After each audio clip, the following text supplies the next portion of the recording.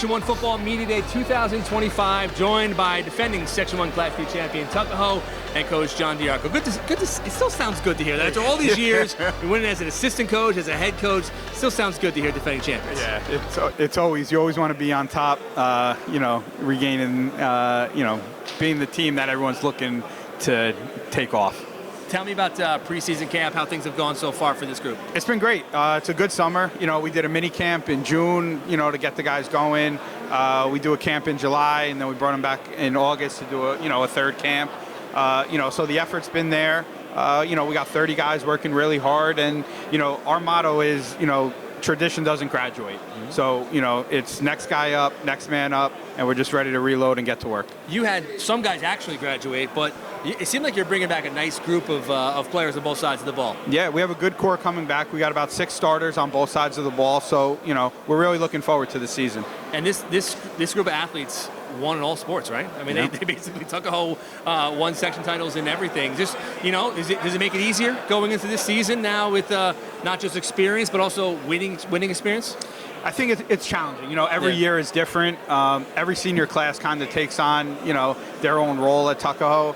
And, we talk about we've had a great tradition at Tuckahoe, but that doesn't help us, get any wins. You don't get any extra points for winning state championships 10, 12, 15 years ago. Mm-hmm. Now they have to make their name for themselves. Let's tell me who you brought here tonight. So today we have Connor Brice with us, Ryan Gentry, Declan Connolly, and Connor Scully. All right, let's pass it on to Connor. Connor, you had an interesting season last year. Absolutely killed it. 5 touchdowns in the first game. What did you have against Chester? 5 touchdowns. 5 touchdowns in the first game. You got hurt. Yeah. You missed almost the entire season. And then everyone says, who's this guy that they brought in for the second spot? So tell me, when you look back at the year, first off, obviously, you can play at this level. What did you learn about having to sit and watch football all that time? It was kind of a different experience for me. It's not something I was exactly looking forward to, but it was something that didn't turn out as bad as I thought.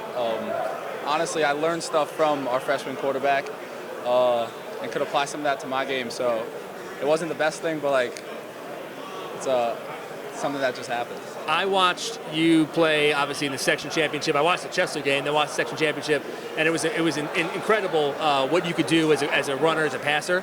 And then you had to play in that crazy snowstorm at Lakeland against Burke Catholic. So how difficult was it to walk out the field that night, knowing that you didn't get a chance to kind of do what you can do as a player and as a team?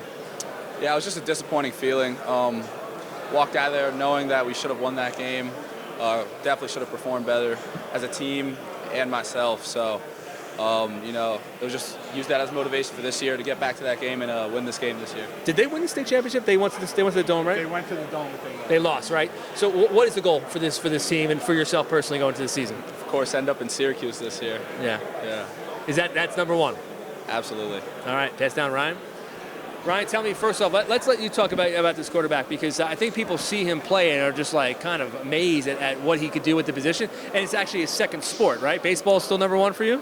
All right, so tell me what you see and how much he's developed as a quarterback. He's a great player. He's been one of my best friends since I was in kindergarten. So just growing up with him, seeing what he can do in all sports, and I love playing with him. It's just one of the most enjoyable things for me to do.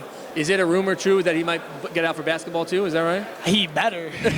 We need him if we're trying to go back to where we were at. Exactly. Tell me, obviously we joke, winning the section championship, winning basketball. Yeah. I mean, just the mindset of this team, of this program, this school, this community. What is it like right now in Tuckahoe? We love winning. We have a lot of guys who play multiple sports, and across the board, we just all want to win in every sport. We're trying to bring a ring for every program to Tuckahoe. And what is different about this year's team than maybe last year's team? We have a brotherhood. We're connecting in practice. We're working hard. We just feel like it's our turn now, and we're trying to prove that on the field. Can I pass it down? Same deal. I mean, you got to feel like confidence, right? Is there a confidence in this football program right now that there's definitely a confidence going into this. We have a line coming back, 3 rising juniors, dogs. Connor Scully, our senior captain, also a lineman. But yeah, we have a lot of confidence coming into the season. Who was the lineman you had? Thaddeus? Yeah, Thaddeus graduated, but Thaddeus was here last year for Media Day, and he was angry. he was like, we're winning the title this year. Are you guys angry this year as a team, or are you guys feeling just a level of confidence? I mean, we're feeling a level of confidence. We're ready to go there. Already waiting to go to the section championship. Meet Haldane. All right, so you obviously know that that's the game, right? But this schedule is going to be tough. I mean, do you guys welcome in the larger schools that you're facing, some C and even some Class B, and you're playing John? No, you're not playing John Jay. But like you're playing some of the larger schools. So how do you guys approach that schedule? No, I think we could compete with any level of these schools. We have athletes in Tuckahoe. Even though we're a small school, we can compete with anybody there is. I pass it down. I think the only question mark right now, as we said, is replacing the guys in the offensive and defensive line. How has that gone so far in the preseason camp?